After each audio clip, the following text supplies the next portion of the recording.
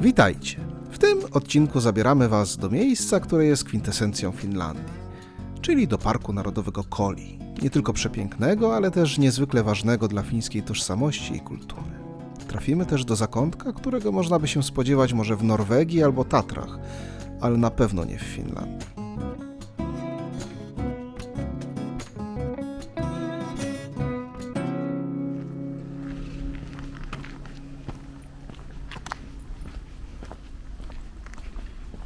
Tak na dobicie wybierzemy się na punkt widokowy. Po Koli można wejść po schodach, a można skorzystać z darmowej windy.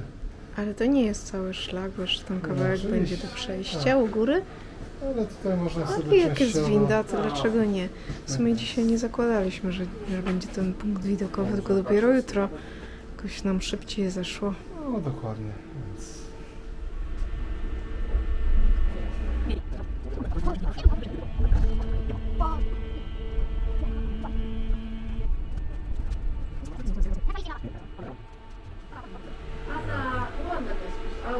I dojechaliśmy. Jechaliśmy na poziom hotelu. Tu znajduje się u góry hotel. I stąd można wyruszyć na szlaki. Tak jest.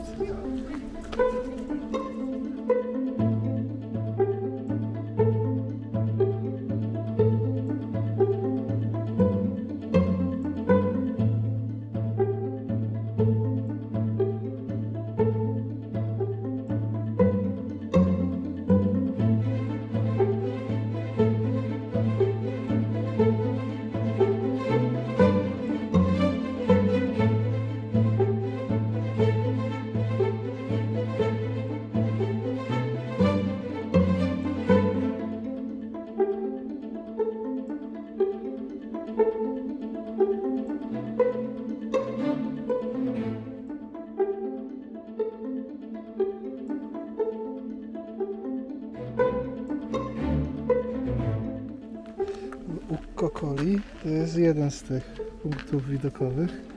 Chyba najwyższy, na pewno taki najbardziej popularny, ale jeszcze tutaj w tym paśmie, nazwijmy, dobrze, na tym szczycie jakby Koli. Jest jeszcze Akka Koli. Akka Koli i Aha Koli. Podejdziemy sobie, zobaczymy czy ładniej. Dokładnie. A o co w ogóle chodzi z tym tutaj wzgórzem Koli? Jest nazywane twarzą Finlandii. Widok, który się tutaj rozpościera na to jezioro z tymi wysepkami, był bardzo popularny na początku XX wieku, około 1900 roku. Wtedy cała bohema tutaj fińska, między innymi też Sibelius, przyjeżdżali, żeby się natchnąć tym pejzażem, tym duchem Finlandii, który też jest uchwycony właśnie w Kalevalii, tak, czyli w eposie fińskim słynnym. I jakby tutaj ten historyczny region Karelii, który jest jakby najbardziej utożsamiany właśnie z Finlandią, tą taką kolebką fińskości, nazwijmy ją.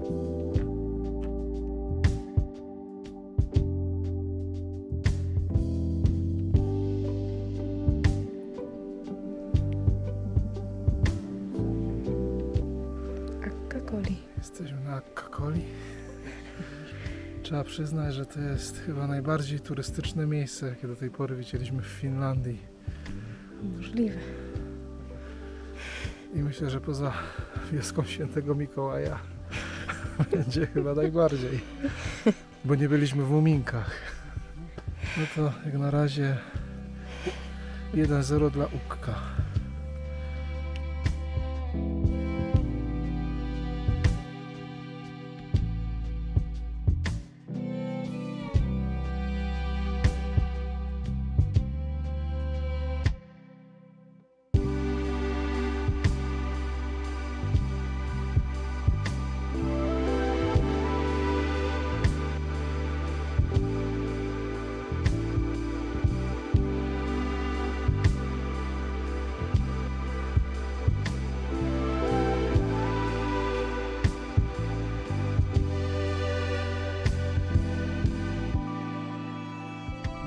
Pahakoli numer 1. No właśnie, chciałam powiedzieć.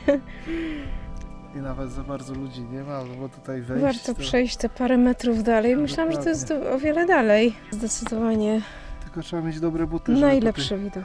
po tej skale wejść. Tak, o, można tu bokiem przejść. Tutaj lewą stroną i tutaj już po tych skałach.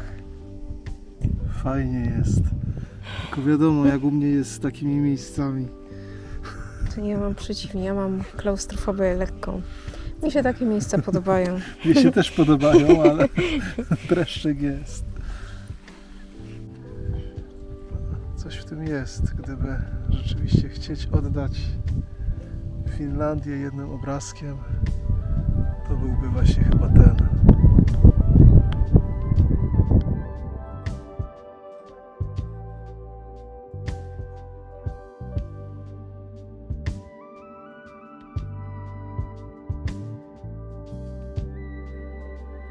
Tu jest jeszcze między Pahakoli a Akkakoli taka skałka i można się tak rozejrzeć dookoła. Tam gdzieś jest Norwegia i Szwecja.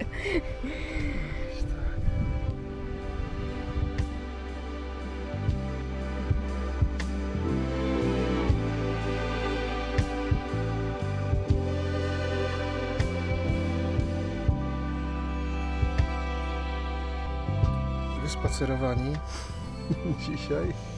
2 razy. Tak jest. Miejscówka w sumie przypadkowa, bo mieliśmy stanąć na innej. Miała bardzo fajne opinie. Ostatnia opinia była chyba z 5 lipca. Nie wiem, gdzie tu wjeżdżał. Na czym skończyliśmy? Bo przyjechał facet książkami handlować, taki prawdziwy, elektrycznym Volkswagenem. Przewoźny antykwariat. No dobra, miejscówka. Bardzo fajne miała opinie, tak ostatnio sprzed tam niecałych 2 tygodni, ale w ciągu tych ostatnich 2 tygodni przyjechał buldożer I wyrównał. Zaorane wszystko, po prostu masakra jakaś. No więc stoimy tu, gdzie stoimy. Czy noc będzie spokojna, to się okaże. Jesteśmy cały czas w Jukka, czyli tutaj, gdzie spaliśmy. Zrobiliśmy serwis, oczywiście na stacji ABC pełen. Byliśmy w S-Markecie poszukać Kalakukko, jakoś tak. To jest tutaj regionalny, fiński, w szczególności tutaj z regionu Karelii, można powiedzieć chleb, takie ciasto, w środku ma rybę. W S-Markecie nie mieli, natomiast bardzo sympatyczna pani nam poradziła tutaj restaurację, pod którą ona się, no chyba, nie wiem, kukiernie nazwijmy to w ten Kukiernie. sposób, tak? Albo kukiarnie bardziej po polsku, tak? Czyli no chyba nazwijmy to piekarnię, która po prostu się specjalizuje w tych ciastach kukko, bo są też oczywiście z mięsem, bo kala to jest właśnie ten rodzaj ryby. Jest Tak, kukko to jest po prostu taki pieróg jakby po naszemu, jakby coś z farszem po prostu. To wygląda jak bochenek chleba generalnie. No zobaczymy. Podobno jest to tutaj tradycyjny. No my próbujemy kala kukko. Zobaczymy. Można na zimno, na ciepło podobno spożywać. Tak jest. No dobra, idziemy wydać pieniędzy. Bo to jest jedna z rzeczy, które chcieliśmy w Finlandii spróbować, oprócz jeszcze mięsa z renifera. Tak. No, Znaczy mięso już jedliśmy, ale... Tak. A nie, łosioburgera jedliśmy ale w renifera Norwegii. jedliśmy w Helsinkach. A jedliśmy, tak. No, ale chcemy kupić gdzieś, ale to chyba jeszcze jak będziemy bardziej na północy. Jakiegoś może steka usmażymy, a może jakiegoś właśnie burgera jeszcze. No ale to sami, więc trzymajcie kciuki, żeby nam się udało. No dobrze. Mamy to. Mamy to, tak jest. No taki chlebek myślę, że waży z 1,5 kilo. Możemy troszeczkę więcej. Na razie jest cieplusie. Zostawimy w tej folii. Zobaczymy, czy będziemy później odgrzewać, czy zjemy na zimno. Pachnie obiecująco. Nie wiedzieliśmy, tak pan też nie potrafił jakby wytłumaczyć. Myśleliśmy, że to chodzi o rodzaj, o ilość farszu, a to się okazuje, że lohi to jest po prostu łosoś po fińsku. Więc kupiliśmy kalakukko, lohi kalakubko, właściwie to jest po prostu pieróg z łososiem. Więc bardzo mi zaczęła ślinka cieknąć. Musi być przepyszne, nie Tak, mogę się tym doczekać bardziej- obiadu. Tak, tym bardziej, że ten z łososiem był ostatni, a jeszcze były z jakimiś mniejszymi Tak właśnie rybkami. teraz już nie pamiętamy z jakich to Nazwy, rybek, tak. z jakichś mniejszych rybek. No to tych było dużo. I to samo też było wtedy w tym markecie. Też było z tych mniejszych rybek, bo nam ta pani tłumaczyła. No wyglądało chyba na jakieś, nie wiem, sardynki, czy nie wiem, sardele może. No nie wiem, spróbujemy takiego. Tak, ja żałuję, że zjedliśmy śniadanie. Trzeba było czekać na Właśnie. śniadanie, już nie wiedzieli. Ale coś się odwlecze.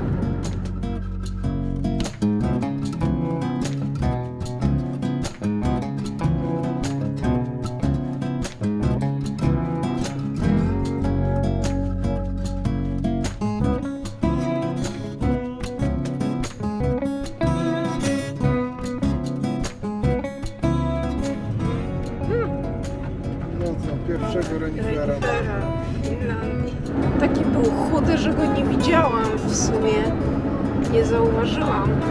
Przy okazji tankowania umyliśmy sobie szyby. Kupiliśmy taki środek, to nie jest reklama, broń Boże, na robale. Rewelacja. Może zawsze mieliśmy taki problem z robalami na szybie. Się psika, później trzeba spłukać wodą, no, albo myjąc szyby. Po prostu działa genialnie, super. Polecamy. Była przed chwilą reklama Parku Narodowego Hossa i właśnie tam jedziemy. A o Hossie wiemy nie z przewodnika, Nie z internetu. nie z internetu, tylko bezpośrednio od Finów, Tak jest. którzy polecali z sauny. No bo w rozmowie no, Finowie gaduły, jak już mówiliśmy. No, dokąd jedziemy, gdzie chcemy być, właściwie no, powiedział nam, zapytał, czy lubimy chodzić. Więc jest szlak też tam chyba niecałe 6 km dookoła jeziora, które jest w kanionie. Tak, jest mostek jakiś taki linowy, trochę się go obawiam, no ale zobaczymy. Więc dzisiaj taki jest plan.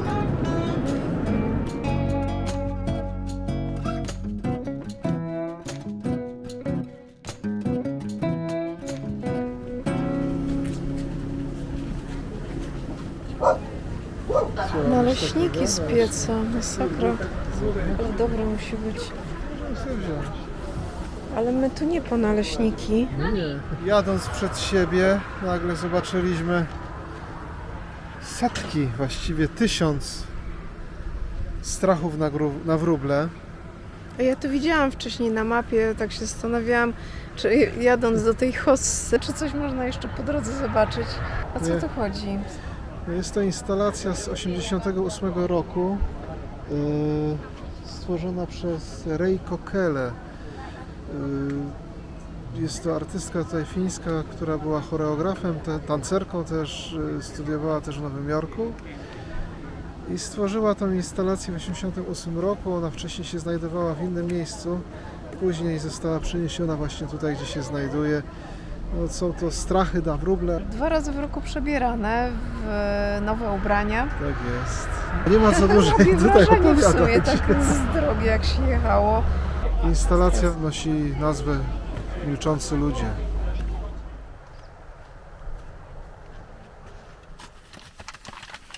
Nadeszła pora obiadowa. Jeszcze letniowy. Nie wiem, czy mówiliśmy, że ten drugi chlebek to był z sielawą. To jest chyba najbardziej tradycyjny kalakubko. Tego więcej zeszło, więc wzięliśmy taki. No właśnie. Myśleliśmy, że pewnie smaczny. No i teraz cała zabawa polega na... Żeby nie zalać całego auta tym teraz. A to jeszcze jest w papier To jak się do piecze. pieczenia, tak jak się piecze.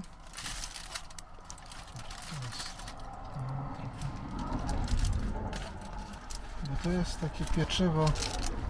Tak, to jest taki chlebek. Generalnie tradycyjnie ścina się nożem wierzch tego chlebka i wygląda to jak u nas żurek w chlebku. Tak.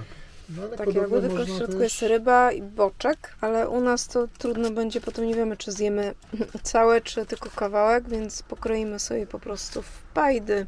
Generalnie chodziło w tej potrawie o to, że miała długo trzymać ciepło i świeżość, bo to było proste danie dla robotników. Tak to jest z tymi prostymi daniami, że są najsmaczniejsze, tak jak z pizzą i Tak jest. tym podobnymi potrawami. No i tradycyjnie je się to również z maślanką, Więc którą też kupiliśmy po drodze.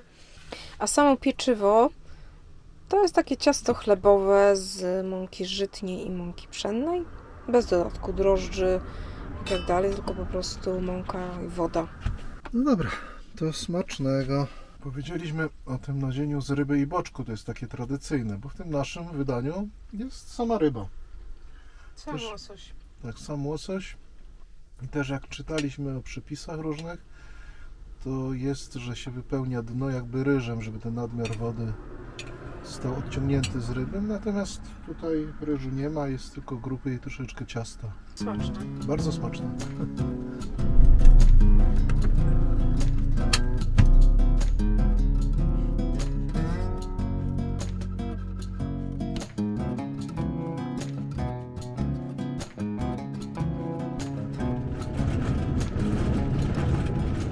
Się dotelepaliśmy.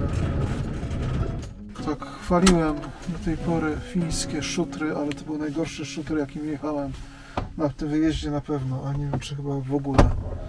Czy gdzieś był gorszy? Gdzieś był kiedyś gorszy, ale po prostu masakra Na jakaś. Łotwie był chyba gorszy. Koszmar. A nic.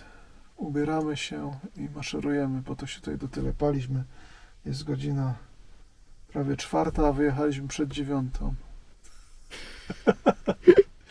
To mapka ze szlakami.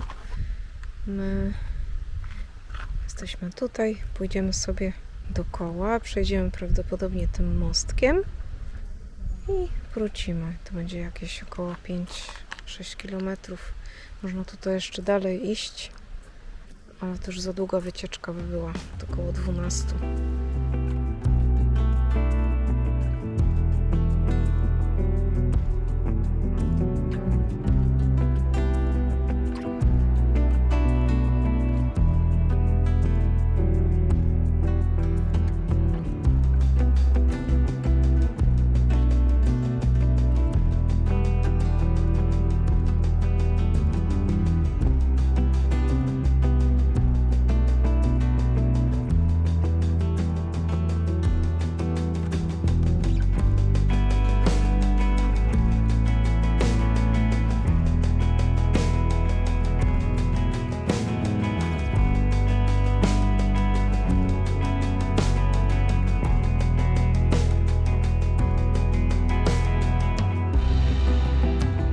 Można też skorzystać z podziwiania tutaj tego wąwozu z wody. Koszt takiej przyjemności, takiego rejsu to 70 euro. Machamy do nich. Możemy pomachać.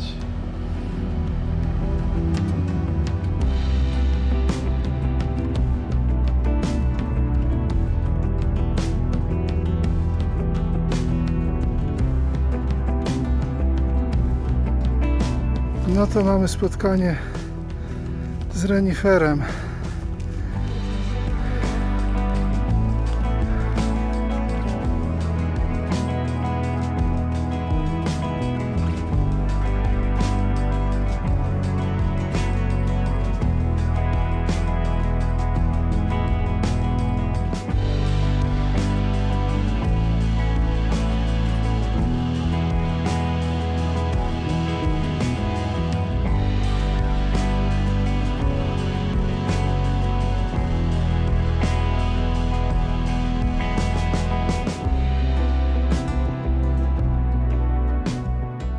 Jak było? Fajnie. Świetnie, nie? Tak.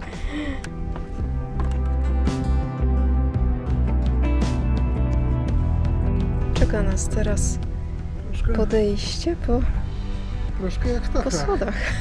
w sumie.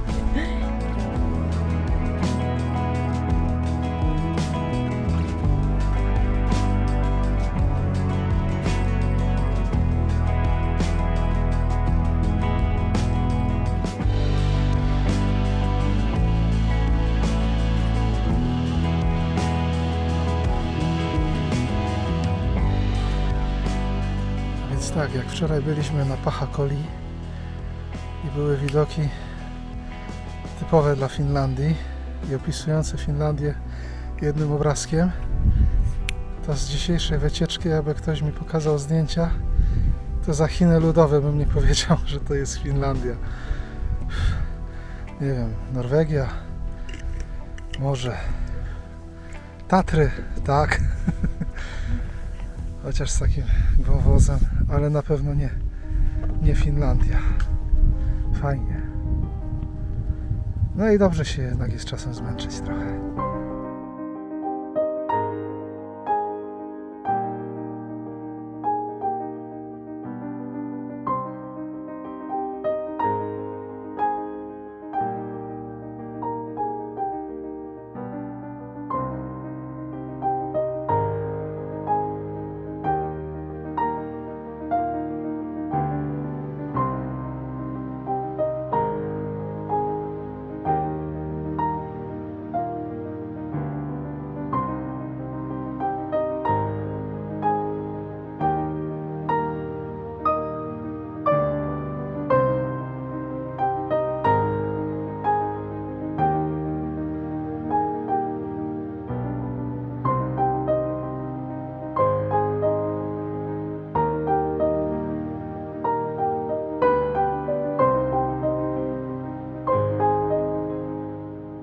Jak to widzieliśmy z drugiej strony, to nie wiedzieliśmy, że to jest to. Dopiero później na mapie zerknęliśmy. Najprawdopodobniej takie wzniesienie to jest chyba Kościół Diabła.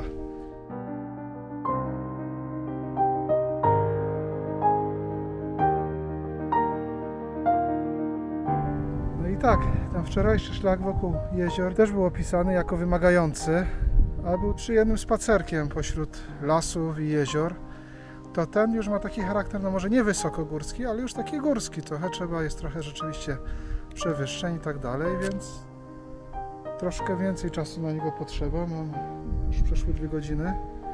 Jak wiadomo, stajemy, robimy zdjęcia, filmujemy, ale tamten to już właściwie kończyliśmy po tym czasie, a to jeszcze nam zostało tak przez kilometr. Więc tak, te wymagające szlaki są jakby... Nie są równoważne. Dokładnie.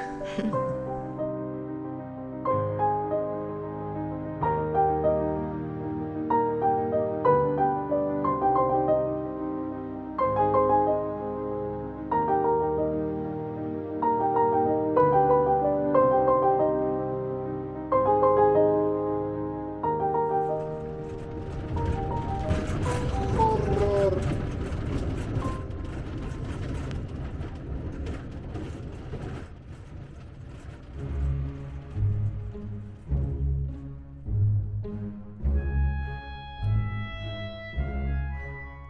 Obecność reniferu zwiastuje, że niebawem przekroczymy koło podbiegunowe i wjedziemy w naszą ukochaną Arktykę. Zajrzymy też do kolejnych parków narodowych, z których każdy jest zupełnie inny. Tradycyjnie dziękujemy Wam za wspólnie spędzony czas i zapraszamy na kolejny odcinek do tym razem letniej Arktyki. Do zobaczenia!